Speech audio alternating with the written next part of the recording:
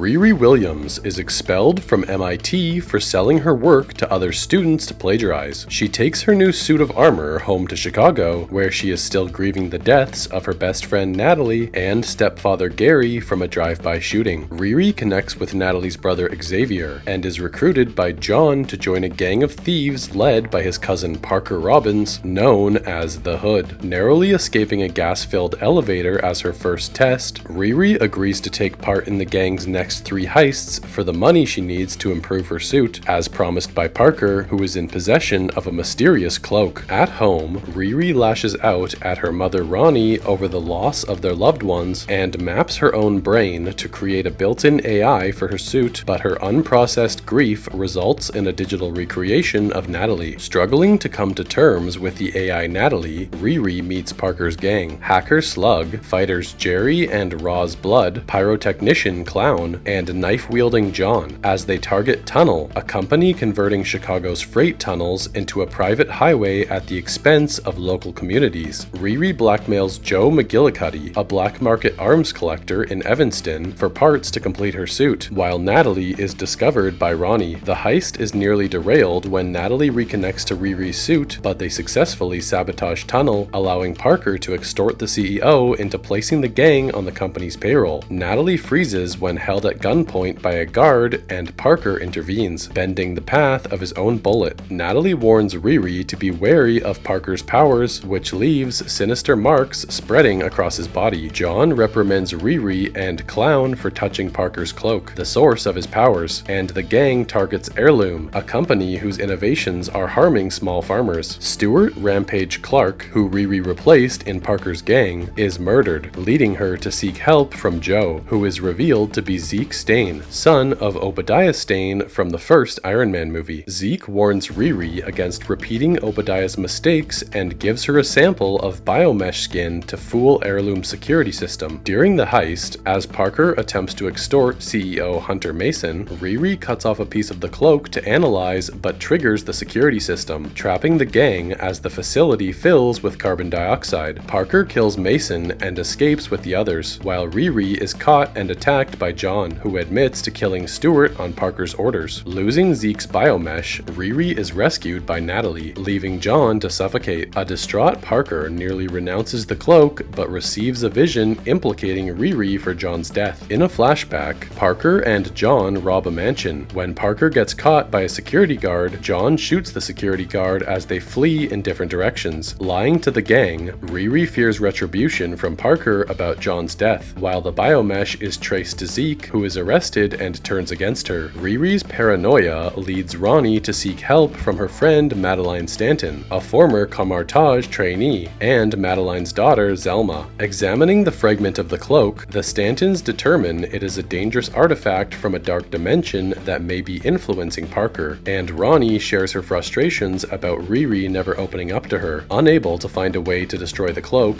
Riri has a panic attack and Natalie summons Xavier, who is horrified by Natalie emulating his late sister and demands Riri delete the AI. Hurt, Natalie departs with the suit while the gang breaks Zeke out of jail and assists him in implanting himself with bionic enhancements. Revealing that Riri is responsible for John's death, Parker sends the gang to kill her. Slug captures Natalie and the suit while Riri meets with Zelma, who believes the cloak came from Dormammu, who appeared in the first Doctor Strange movie. Ambushed by the Blood siblings and Clown, Riri fights them off and tells Clown that John killed Stuart. Natalie breaks free but is still angry with Riri, who is attacked by a bionically enhanced Zeke. He dismantles Riri's suit but spares her life. Riri turns to her mother for help. Zeke and Clown lie that Riri is dead as the gang turns on Parker for having Stuart killed. Parker then fires them all. Parker takes control of Zeke's bionically upgraded body to break into the home of Parker's wealthy father, Arthur Robbins, who has a controlling interest in the companies he targeted and forces him to sign over everything at gunpoint. Reconciling with Ronnie, Natalie, and Xavier, Riri builds a new suit in Gary's garage using the car they were restoring with help from Zelma. Zelma powers the suit with magic, but Natalie is unexpectedly deleted in the process. In a flashback following the attempted robbery of his father's house, Parker is approached by Mephisto when cornered on both sides of the tunnel by the security guards. Mephisto offers offers to help him achieve his desire for power, respect, and wealth. Accepting the deal, Parker is given Mephisto's hooded cloak. In the present, Parker accuses Mephisto of not fulfilling their bargain, and Mephisto offers more power if Parker can retain the cloak. Unable to recreate Natalie, Riri ignores her family and friends' advice and goes to Parker's hideout, fighting a reluctant Zeke before freeing him from Parker's control. Fully corrupted by the hood, Parker battles Riri and appears to gain the upper hand, but Riri dupes him with a hologram and takes off the cloak, leaving him desperate and powerless. Downstairs, Mephisto reveals his identity to Riri, while claiming that he is not Dormammu. He offers her her own deal, which she accepts on the condition her loved ones are left alone. Later at the garage, Natalie appears restored to life, and Riri hugs her as the marks of Mephisto spread across Riri's arm. In a mid-credit scene, Parker visits the Stanton store and asks Zelma for help in obtaining some magic.